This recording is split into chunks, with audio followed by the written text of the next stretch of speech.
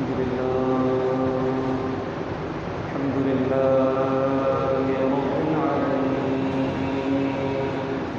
والصلاة والسلام على رسوله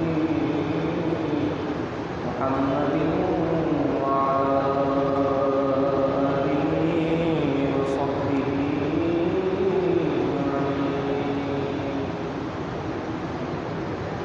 أما بعد فأعوذ بالله من الشيطان الرجيم. بسم الله الرحمن الرحيم. ملة أبيكم إبراهيم. آمنت بالله صدق الله العلي العظيم، وبلغنا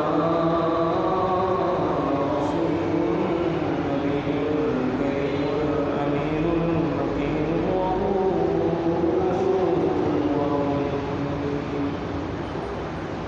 الحمد لله اللہ کا صدق کرنا جملہ شامل کیا ہے.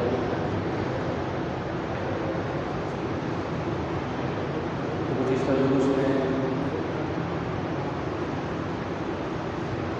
حج کے تعلق سے ہم نے حج کے فلسفے پر گفتگو کی، حج کے تاریخی پس منظر پر گفتگو کی. آج انشاءاللہ عزیز ہماری گفتگو کا عنوان حضرت ابراہیم علیہ السلام کی جو سیرت مبارکہ حج کے حوالے سے ایک بنیادی اور مرکزی حیثیت رکھتی ہے. حضرت ابراہیم علیہ السلام کی شخصیت کو حج کے حوالے سے خصوصاً ایک مرکزی شخصیت ہونے کا احساس حاصل ہے. اس کی کیا وجہ ہے انشاءاللہ مجھے آپ کے سامنے وہی ہو جاتی ہے.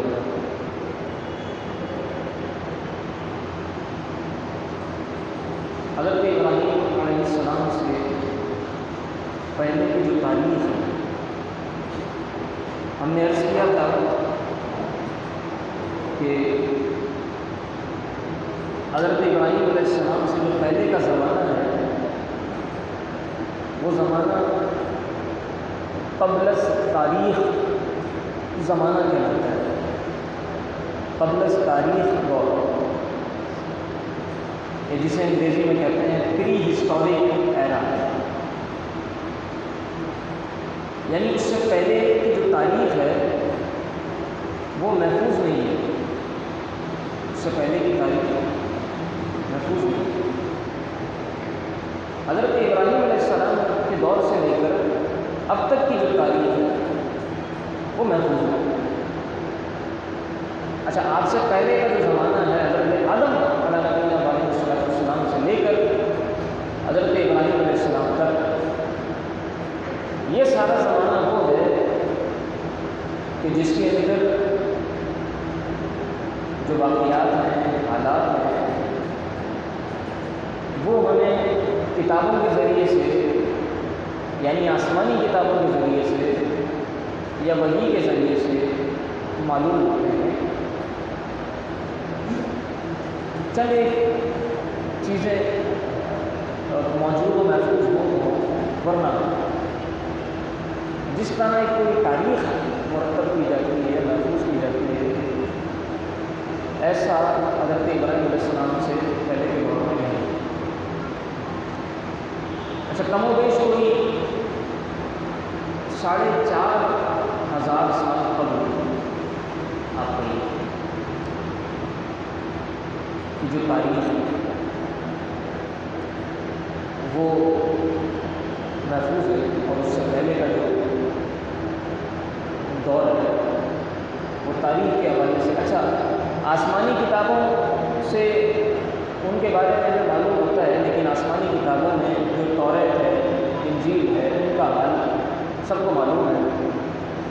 یہودیوں نے، عیسائیوں نے اپنی کتابوں کے اندر تحریفیں کر دی،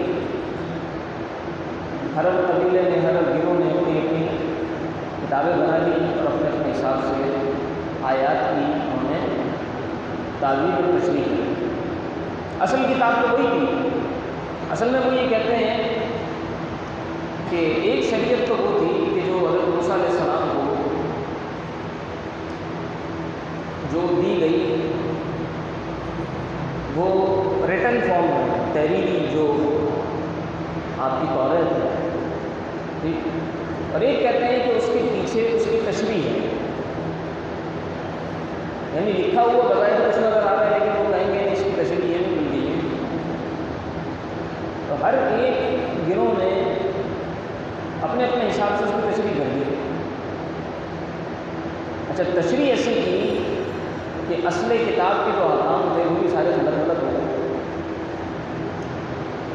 ہمارے یہاں قرآن کریم کی جو تفاسیر ہیں وہ تفسیر کی حد تک ہے، اصل قرآن اپنی جگہ ویسے کا ویسا موجود ہے۔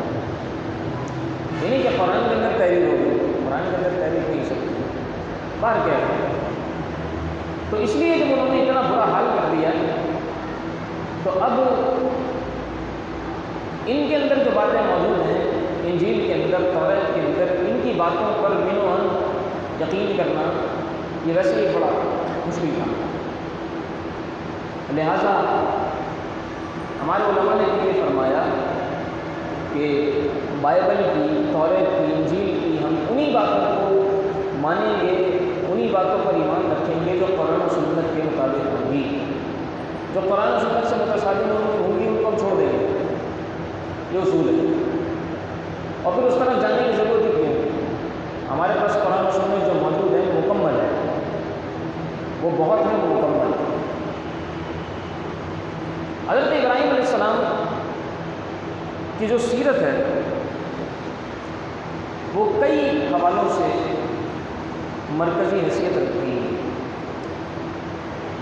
ایک تو میں نے عرض کیا کہ چونکہ تاریخ آپ سے شروع ہوتی ہے، باقاعدہ جو محفوظ ہے آپ کے دور سے، یہ ایک بہت بڑی وجہ ہے۔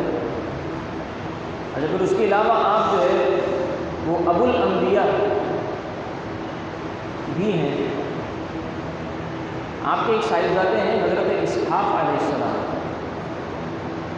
حضرت اسحاق علیہ السلام کے ایک صاحبزادے ہیں حضرت یعقوب علیہ السلام، اور حضرت یعقوب علیہ السلام کا ہی نام اسرائیل بھی تھا، ٹھیک۔ اسرائیل کے معنی ہوتے ہیں اللہ کا بندہ، جو ہمارے عبداللہ کا مطلب ہے نا، اللہ کا بندہ، وہ اسرائیل کا مطلب ہے۔ آپ ہی کے صاحبزادے حضرت یوسف علیہ السلام بھی ہیں۔ قرآن کریم میں سورہ یوسف موجود ہے، بڑی تفصیل کے ساتھ حضرت یعقوب علیہ السلام کا ذکر بھی، اور خصوصاً حضرت یوسف علیہ السلام کا ذکر بہت تفصیل کے ساتھ موجود ہے۔ تو حضرت اسحاق علیہ السلام کے جو صاحبزادے ہیں حضرت یعقوب علیہ السلام، وہ اسرائیل ہیں۔ اور پھر آپ کی یہ جو ماننے والے تھے، حضرت موسیٰ علیہ السلام کی جو قوم تھی یا حضرت عیسیٰ علیہ السلام کی جو قوم تھی، یہ سارے کیا کہلاتے ہیں؟ یہ کہلاتے ہیں بنی اسرائیل، بنی اسرائیل۔ قرآن کریم میں بھی ایک صورت موجود ہے پوری بنی اسرائیل کے نام سے، 15ویں سپارے کی پہلی صورت ہے سورۃ بنی اسرائیل، جس کے اندر سے واقعہ معراج کا آغاز ہوتا ہے، جس کی آغاز میں جو ہے بالکل واقعہ معراج والی جو آیت ہے وہ موجود ہے، سبحان الذی اسریٰ بعبدہ۔ اسے سورہ اسراء بھی کہتے ہیں، سورہ اسراء، بنی اسرائیل اس کا نام ہے۔ تو جتنے بھی انبیاء آئے حضور علیہ السلام کے علاوہ، حضور سے پہلے جتنے انبیاء آئے وہ سارے کے سارے حضرت اسحاق علیہ السلام اور پھر اس کے بعد حضرت یعقوب علیہ السلام کی نسل سے جو ہے یہ انبیاء کا سلسلہ چلا۔ اسی لیے جتنے بھی پھر لوگ آئے، جتنے انبیاء آئے یا جتنی ان کی اقوام ہوئی ہیں، کہتے ہیں بنی اسرائیل۔ یہ سارے کے سارے، بنی کا مطلب ہوتا ہے اولاد، عمل پیرا، ماننے والے، یہ سارے پھر جو ہے وہ حضرت یعقوب علیہ السلام کی اولاد میں سے، حضرت اسحاق علیہ السلام کی اولاد میں سے۔ تو اسحاق علیہ السلام حضرت ابراہیم علیہ السلام کے صاحبزادے ہیں۔ آپ کے ایک اور صاحبزادے حضرت اسماعیل علیہ السلام ہیں۔ آپ کی اولاد سے صرف اور صرف ایک ہی نبی ہوئے ہیں، ہمارے آقا و مولا حضور علیہ السلام۔ نہ حضور سے پہلے حضرت اسماعیل علیہ السلام کی اولاد سے کوئی نبی ہوا اور نہ ہی حضور کے بعد کوئی ہوا۔ تو جو بنی اسرائیل کی حضور سے مخالفت کی بڑی وجہ تھی وہ یہ بھی تھی کہ اب تک جتنے انبیاء چلتے چلے آئے وہ سارے کے سارے بنی اسحاق سے آئے ہیں، اور آپ آخری نبی ہیں، آپ بنی اسماعیل سے کیسے آ گئے؟ یعنی وہ جو کڑی تھی وہ ہماری ٹوٹ گئی۔ وہ یہ سمجھتے تھے کہ بنی اسحاق سے ہی آئیں گے آخری نبی، لیکن بنی اسحاق سے نہیں آئے، وہ بنی اسماعیل سے آ گئے۔ تو آپ چونکہ ابو الانبیاء بھی ہیں، حضور علیہ السلام کے تعلق سے یعنی حضرت اسماعیل علیہ السلام سے جائیں یا حضرت اسحاق علیہ السلام سے جائیں، دونوں حوالوں سے حضرت ابراہیم علیہ السلام ابو الانبیاء ہوتے ہیں۔ اچھا، حضور علیہ السلام نے بھی کئی مقامات پر خود کو حضرت ابراہیم علیہ السلام کی دعا قرار دیا کہ میں وہ دعاؤں ہوں کہ جو میرے والد ابی ابراہیم حضور علیہ السلام نے جو میرے والد ابراہیم علیہ السلام نے مانگی تھی۔ اچھا، وہ کیا دعا تھی؟ وہ تھی کہ جب تعمیر خانہ کعبہ کر رہے تھے حضرت ابراہیم و اسماعیل علی نبینا و علیہ السلام،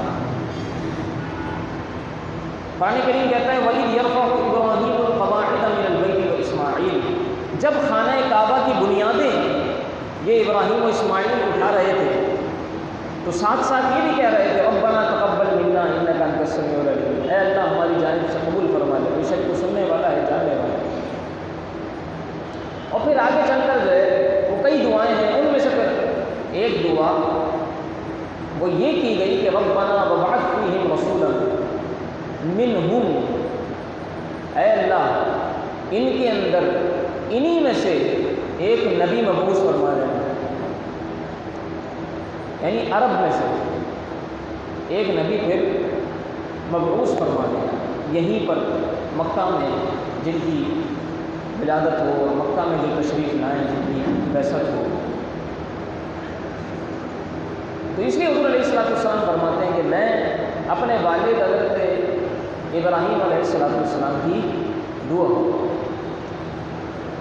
تو حضور علیہ السلام کے دربار میں بھی آپ جائیں تو آپ کو جو ہے وہ یہی رستہ ملے گا کہ حضور علیہ السلام آپ کو حضرت ابراہیم علیہ السلام کی طرف ایک راستہ عطا فرمائیں گے۔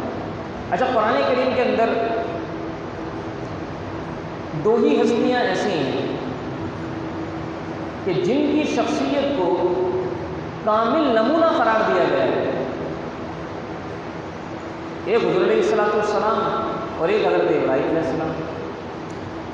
یعنی حضور علیہ السلام کے بارے میں قرآن کہتا ہے لقد کان لکم فی رسول اللہ اسوۃ حسنہ، عمل کرنا اگر چاہتے ہو، اگر بہترین زندگی گزارنا چاہتے ہو تو یہ رسول ہیں، ان کی شخصیت اور ان کی سیرت میں آپ کو بہترین نمونہ مل جائے گا۔ اسی طرح حضرت ابراہیم علیہ السلام کے بارے میں قرآن کہتا ہے کہ ملت ابیکم ابراہیم، کہیں دین حنیف کہتا ہے کہ دین حنیف کہ تم پیرو ہو۔ تو یوں حضرت ابراہیم علیہ السلام کو ایک مرکزی تاریخی حیثیت حاصل ہے، اور پھر ظاہر ہے یہاں جو ساری بستی بسی ہے، مکہ جو آباد ہوا ہے، تو یہ مکہ آباد بھی حضرت ابراہیم علیہ السلام کے دم قدم سے ہوئے۔ کتنی آزمائشیں حضرت ابراہیم علیہ السلام پر آئیں اور اللہ رب العزت نے آپ کا امتحان لیا، اور آپ ہر امتحان میں زبردست طریقے سے کامیاب ہوئے۔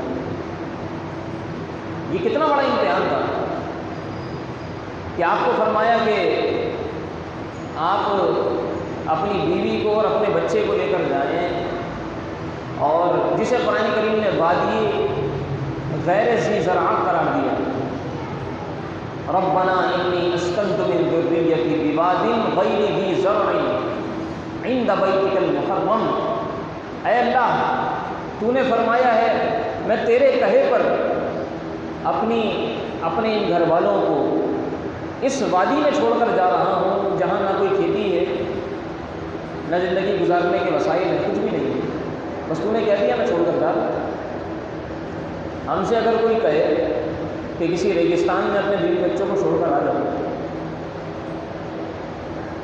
ظاہر ہے بہت مشکل کام ہے، کیسے کریں گے؟ اور پھر اولاد بھی وہ میں نے عرض کیا تھا حضرت اسماعیل علیہ السلام جیسی کہ جن کی پیشانی کے اندر نور مصطفیٰ چمکتا ہو، ایسا روشن چہرہ، اور اللہ رب العزت کے فرما بردار، اور پھر نبی، اور پھر اتنی دعاؤں کے بعد اللہ رب العزت نے حضرت ابراہیم کو حضرت اسماعیل عطا کیا۔ بہت دعاؤں کے بعد ملنے والی اولاد ویسی بہت پیاری ہوتی ہے،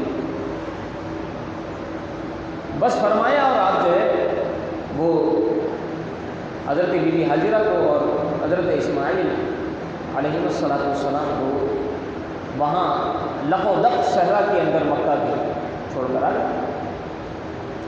اور پھر دیکھتے ہی دیکھتے مکہ آباد ہو گیا۔ جب پیاس لگی تو حضرت بی بی حاجرہ نے وہاں صفا مروہ کی سعی کی، حضرت اسماعیل علیہ السلام نے اپنی گڑیوں کو رکھا تو وہاں سے زمزم کا چشمہ بھول اٹھا، اور پھر رفتہ رفتہ جو ہے وہ آپ کی اولاد سے مکہ المکرمہ آباد ہو گیا۔ یعنی اللہ رب العزت کی یہ منشا تھی کہ یہ وہاں تشریف لے جائیں، اس جگہ کو آباد کرنا ہے، ان کی نسل سے آباد کرنا ہے، اور پھر یہاں میرا ایک گھر ہوگا جس کو ایک مرکزی حیثیت حاصل ہوگی۔ پھر اس کے بعد جو ہے وہ حضرت ابراہیم اسماعیل علیہ السلام نے اللہ رب العزت کے گھر کی تعمیر کی، خانہ کعبہ کی تعمیر کی۔ یہی وجہ ہے کہ حج کے اندر جتنے بھی ارکان ہیں یا عمرے کے اندر جتنے بھی ارکان ہیں، آپ کو ان میں سے کئی سارے حضرت ابراہیم یا آپ کے خاندان کی یادگار ملے گی۔ مقام ابراہیم ہے، یہ وہ پتھر ہے کہ جس کے اوپر چڑھ کر خانہ کعبہ کی تعمیر کی گئی تھی۔ قرآن کریم کہتا ہے کہ واتخذوا من مقام ابراہیم مصلی، مقام ابراہیم پر جا کر 2 رکعت نماز ادا کرو جب طواف سے فارغ ہو۔ تو مقام ابراہیم حضرت ابراہیم علیہ السلام کی یاد ہے۔ اچھا، صفا مروہ ہے، وہ آپ کی پیاری زوجہ محترمہ حضرت بی بی حاجرہ کی یاد ہے۔ آب زمزم ہے، حضرت اسماعیل علیہ السلام کی یاد ہے۔ ہم جو وہاں قربانی کر رہے ہیں حج کے بعد، حضرت اسماعیل علیہ السلام کی یاد ہے۔ تو آپ کو وہاں حضرت ابراہیم و اسماعیل، حضرت بی بی حاجرہ کی یادگاریں ملیں گی۔ تو آپ کی جو قربانیاں ہیں، اللہ رب العزت نے پھر ان قربانیوں کو حشر تک، جب تک مسلمان اس دنیا کے اندر موجود ہیں، حشر تک اللہ رب العزت نے ان کی یادوں کو تازہ رکھنے کا سامان، انتظام و اہتمام فرما دیے ہیں کہ اللہ کے پیارے نے اللہ رب العزت کی راہ میں قربانیاں پیش کی تھیں۔ اور پھر یہ قربانی بھی جو ہم کرتے ہیں 10 ذی الحج کو، یہ بھی ظاہر ہے کہ وہی یاد ہے۔ حج والے اپنی قربانیاں وہاں ادا کر رہے ہوتے ہیں، ہم یہاں پر اپنی قربانیاں ادا کر رہے ہوتے ہیں۔ کیا آزمائش اور کس انداز سے پورا اتر جانا! یعنی کوئی یہ کہے کہ اپنے اس چاند سے بیٹے کو لے جا کر ذبح کر دو، تو ہم تو تصور بھی نہیں کر سکتے۔ راستے میں جتنے، یعنی شیطان نے جتنے وار کرنے کی کوشش کی، حضرت ابراہیم علیہ السلام نے، حضرت اسماعیل علیہ السلام نے، اور آپ کی حضرت ابراہیم علیہ السلام کی زوجہ محترمہ نے، وہ سارے وار شیطان کے بیکار کر دیے۔ یہی شیطان تھا جو وسوسہ ڈالنے کے لیے آ رہا تھا، تو حضرت ابراہیم علیہ السلام نے اس کو پتھر مارا، پھر دوبارہ آیا، پھر پتھر مارا، پھر آیا، پھر پتھر مارا۔ تو آج جو ہم حج کے اندر رمی کر رہے ہیں، پتھر مار رہے ہیں، یہ حضرت ابراہیم علیہ السلام کی اس ادا کی یاد ہے جو ہم تازہ کر رہے ہیں۔ آج تو وہاں کوئی شیطان نہیں، آج تو وہاں پلر بنے ہوئے ہیں، تو پلر کے اوپر پتھر کیوں مار رہے ہیں؟ عقل سے پوچھیں ذرا، عقل کہتی ہے کہ تو کوئی وجہ نہیں، کچھ سمجھ میں نہیں آتا، لیکن دیوانگی سے پوچھیے، عشق سے پوچھیے، تو پھر عشق بتائے گا کہ یہاں اللہ رب العزت کا ایک پیارا آیا تھا اور انہوں نے آ کر شیطان کو مارا تھا، انہوں نے کنکر مارے تھے، بس وہ یاد ہم تازہ کر رہے ہیں۔ تو یہ سب وہ فلسفے ہیں کہ جن کی بنیاد عشق کے اوپر ہے، جن کی بنیاد وارفتگی کے اوپر ہے، جن کی بنیاد دیوانگی کے اوپر ہے۔ اور یہی علامہ اقبال نے کہا تھا کہ عقل کو تنقید سے فرصت نہیں، عشق پہ اعمال کی بنیاد رکھ، عشق پر، دیوانگی پر اعمال کی بنیاد ہونی چاہیے۔ اور یہی وہ عشق تھا کہ حضرت ابراہیم علیہ السلام جب نار نمرود میں گئے، علامہ اقبال کہتے ہیں کہ بے خطر کود پڑا آتش نمرود میں عشق، عقل ہے رہوے تماشائے لبے بام ابھی۔ عقل تو کہیں دیوار کے اوپر چڑھ کر بیٹھی ہے اور تماشا دیکھ رہی ہے کہ سب کیا ہو رہا ہے، یعنی عقل کے تقاضوں پر تو یہ بات سمجھ میں نہیں آتی۔ عقل کہتی ہے بھئی کیا کر رہے ہو، لیکن عشق کہتا ہے کہ جب محبوب نے مطالبہ کیا ہے، جب محبوب کی جانب سے حکم آیا تو بس اب کود جاؤ۔ وہ تو چلے گئے آگ کے اندر، یہاں اللہ رب العزت نے آگ کو حکم دے دیا، فرماتا ہے قلنا یا نار کونی بردا وسلام علی ابراہیم۔ ہم نے آگ کو کہا کہ اے آگ ابراہیم پر سلامتی والی ہو جا، ابراہیم پر ٹھنڈی ہو جا۔ وہ شعلے آگ جو آسمان تک بھڑکتے ہوئے جا رہے تھے، حضرت ابراہیم علیہ السلام اس آگ میں محفوظ رہے، جب بعد میں آپ باہر تشریف لائے تو آپ بالکل سلامت۔ اسی طریقے سے توحید کا وہ پرچم آپ نے بلند کیا ہے، اللہ اکبر۔ آج جو ہم کہتے ہیں نظریہ پاکستان، یہ دو قومی نظریہ کیا ہے کہ مسلمان ایک الگ قوم ہے، مسلمان کے علاوہ جو کوئی بھی ہے وہ سب ایک الگ قوم ہے۔ مسلمان جہاں کہیں کا ہو، پاکستان کا ہو، وہ انڈونیشیا کا ہو، وہ چیچنیا کا ہو، وہ فلسطین کا ہو، وہ کہیں کا بھی ہو، مسلمان سارے کے سارے ایک قوم ہے۔ عالم اسلام سارا ایک قوم ہے، اور عالم اسلام کے علاوہ جتنے لوگ ہیں وہ سب ایک الگ قوم ہے۔ یہی ہمارے بزرگوں نے نظریہ پاکستان پیش کیا تھا، یہی اعلیٰ حضرت نے نظریہ پاکستان پیش کیا تھا، یہی حضرت امام ربانی مجدد الفسانی، حضرت شیخ احمد فاروق سرہندی رحمۃ اللہ تعالیٰ نے یہ نظریہ پاکستان پیش کیا تھا۔ یہی نظریہ پاکستان آپ کو حضرت ابراہیم علیہ السلام پیش کرتے ہوئے نظر آئے۔ آپ نے اس بتوں کی عبادت کا جو دور تھا، اور جہاں بتوں کی عبادت کا دورہ تھا، اس دور کے اندر آپ نے وہ علم توحید بلند کیا، اور آپ نے بڑی حکمت سے لوگوں کو سمجھانے کی کوشش کی۔ ایک مرتبہ آپ نے کیا کیا، بت کھڑے ہوئے تھے، بڑا بھی چھوٹا بھی، آپ جو ہے بتوں کے پاس گئے اور وہاں کوئی موجود نہیں تھا۔ آپ نے موقع دیکھ کر ایک کلاڑا اٹھایا، اور کلاڑا اٹھا کر آپ نے چھوٹے بت کی گردن کاٹ کے وہ کلاڑا بڑے بت کی گلے میں ٹانگ دیا۔ اب بعد میں جو ہے وہ جب آئے ان کے پجاری، تو ان کے پجاریوں نے آ کر کہا کہ یہ کس نے کیا ہے ہمارے خداؤں کے ساتھ؟ تو وہاں پھر ایک مذاکرہ ہوا، ایک مکالمہ ہوا، ایک بات چیت ہوئی کہ بھئی یہ کون کر سکتا ہے؟ تو انہوں نے اندازہ یہ لگایا کہ یہاں پر ایک نوجوان ہے جنہیں ابراہیم کہتے ہیں، وہ اس طرح جو ہے وہ ہمارے بتوں کو برا بھلا کہتے ہیں، اور یہ بھی انہی کا کام ہو سکتا ہے۔ چلو بھئی حضرت ابراہیم کو لے کر آؤ۔ وہ سارے کے سارے گئے، حضرت ابراہیم کو لے کر آئے، اور پھر کہا کہ یہ دیکھیں یہ کیا ہوا ہے، یہ آپ نے کیا ہے؟ تو قرآن کریم کہتا ہے، حضرت ابراہیم علیہ السلام نے جو حکمت بھرا جواب دیا ہے قرآن کریم کے مطابق، آپ نے ان سے یہ کہا کہ بھئی یہ بڑا ہے، یہ دیکھ رہا تھا، یہ مشاہدہ کر رہا تھا، یہ تمہارا خدا ہے اور ہے بھی بڑا، یہ مشاہدہ کر رہا تھا، اور یہ بھی دیکھ لو کہ کلاڑی ٹنگی بھی کس کے گلے میں، اس سے پوچھ لو کس نے کیا ہے، یہ تو دیکھ رہا ہے نا کھڑا ہوا ہے، تو سلامت ہے، جو مر گئے ان کو چھوڑو۔ تو وہ کہنے لگے کہ اے ابراہیم، کیا آپ کو پتہ نہیں کہ ہمارے یہ خدا بولتے نہیں ہیں، سنتے نہیں ہیں، دیکھتے نہیں ہیں، بولتے نہیں ہیں، سنتے نہیں ہیں؟ تو اب حضرت ابراہیم علیہ السلام نے فرمایا کہ اف ہے تم لوگوں پر کہ کس طرح کے تم نے خدا بنائے ہوئے ہیں، جو نہ تمہاری مدد کر سکتے ہیں، نہ بول سکتے ہیں، نہ دیکھ سکتے ہیں، نہ سن سکتے ہیں، یہ کیسا خدا ہے؟ بس یہ بول کر آپ چلے۔ یہ انداز تبلیغ حضرت ابراہیم علیہ السلام کا ایسی حکمت سے، اسی طریقے سے وہ نمرود کے بارے میں جو ایک بڑا مشہور ہے، آخری بات کو سرچ کر کے اجازت چاہوں، وہ بھی مناظرہ قرآن کریم کے اندر موجود ہے حضرت ابراہیم علیہ السلام کا، کہ